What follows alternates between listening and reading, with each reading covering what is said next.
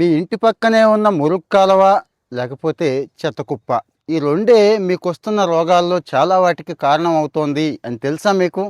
నిన్న ముఖ్యమంత్రి గారిది, మున్సిపల్ మినిస్టర్ గారిది స్టేట్మెంట్ చూడండి. ఈ రాష్ట్రంలో ఎక్కడా చెత్త కుప్పలు ఉండటానికి వీల్లేదు. ఇళ్ల మధ్యన మురుగు కూడా, ఏ కాలువ కూడా స్టాగ్నేట్ అయి ఉండకూడదు. అంటే మురుగు నీళ్లు ఎప్పుడైతే నిలిచిపోయినాయో దోమలు వస్తాయండి. దోమలతో పాటు ఇంకా చాలా విపరీతమైనవి వస్తాయి, బ్యాక్టీరియాలు, వైరస్లు.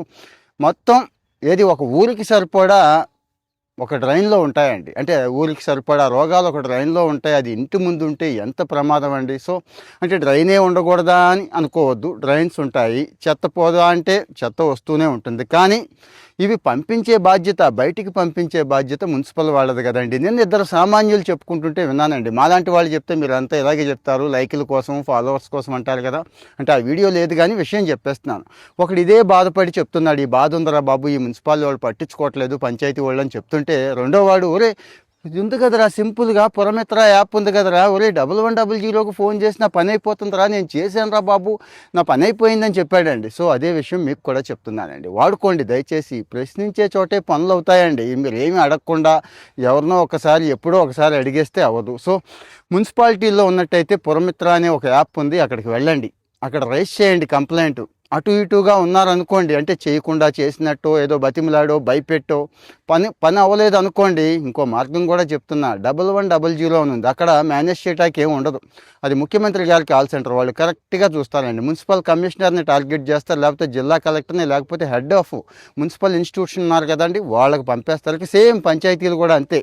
పంచాయతీయా మున్సిపల్ అయితే పంచాయతీలకి యాప్ ఉండదు, 1100 ఒకటే ఉంటుంది. అంటే మరీ ఇబ్బంది అయిపోతుంది, రోగాలు వచ్చేస్తున్నాయి, పిల్లలు ఇబ్బంది పడిపోతున్నారు అనే పరిస్థితుల్లో ఉంటారు పాపం చాలామంది, ఎవరికి చెప్పుకోలేక. ఇవన్నీ మీకు హక్కు అండి, గవర్నమెంట్ ఇస్తున్న సర్వీసెస్.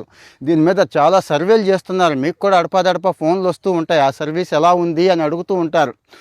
ఆ బటన్ నొక్కేసి వదిలేయకుండా ఇదిగో ఇలా పని చేయించుకోండి అని చెప్పడం నా ఉద్దేశం. సో మరి ప్రభుత్వం ఏదైతే మీకు అందిస్తానంటుందో సేవలు అవన్నీ పొందండి. గౌరవ ముఖ్యమంత్రి గారు స్వయంగా చెప్తున్నారు, ఇవన్నీ చక్కగా చేయండి, పర్ఫెక్ట్గా చేయండి, క్వాలిటీ పెంచండి అని మంత్రి గారికి చెప్తున్నారు, అధికారులకి చెప్తున్నారు. కాకపోతే మీకు తెలుసు కదా, కాస్తో కోస్తో సమస్యలు, నిర్లక్ష్యం ఉండిపోతాయి. అవి పోగొట్టడానికి మీ చొరవ అవసరం. మీరు చొరవగా యాప్లోకి వెళ్ళండి, మున్సిపల్ సమస్యలకి, ఇంకా 1100 కూడా వాడుకోండి. ఇక పంచాయతీలో ఈ శానిటేషన్ సమస్యలు, పారిశుద్ధ్య సమస్యలు ఏమున్నా కానీ ఈ రెండే కాదండి, దాన్ని కొట్టేసి చూడండి. పని అవ్వలేదు అనుకోండి, అప్పుడు ఇక్కడికి వచ్చి చెప్పండి, మీ ఊరు పెట్టండి, మీ పేరు పెట్టండి, పోనీ మీ వివరాలు ఇవ్వండి. అప్పుడైనా అవుతుందో లేదో మీరు కావాలంటే చెక్ చేసుకోవచ్చు.